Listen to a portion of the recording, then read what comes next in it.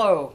This week we deal with theories of international relations, and as you will see in the lectures and the readings, one of the topics discussed really by theories of international relations is whether international institutions matter, and if so, how.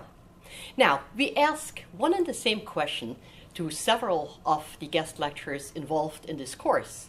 Actually, the question was, do international institutions mainly reflect the preferences of the most powerful states, or can they develop a life of their own?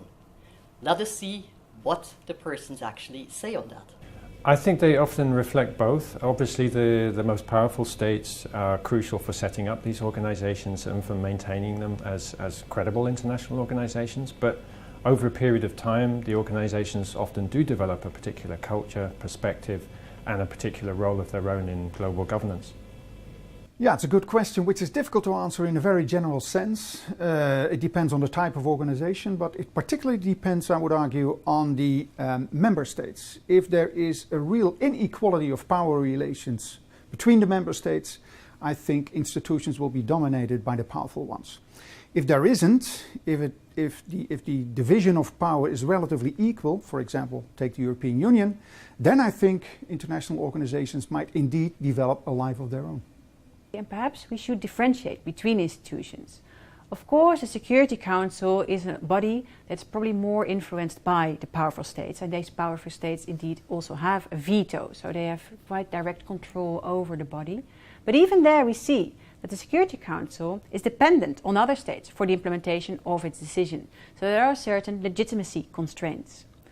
On the other hand, if we look at the International Criminal Court and criminal tribunals, those may take on a life of their own more easily. And of course, even though they are part of the international society and are constrained by certain power considerations, they do tend to take more dynamics of their own.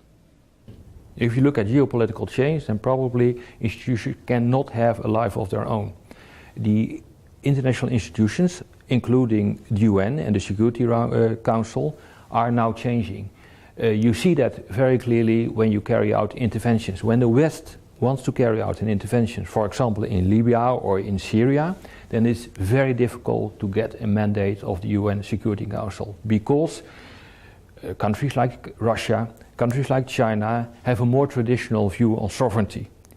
They are against the interference in domestic affairs of other countries, so they will try to block resolutions from the UN Security Council. So because of geopolitical change, those voices will be louder.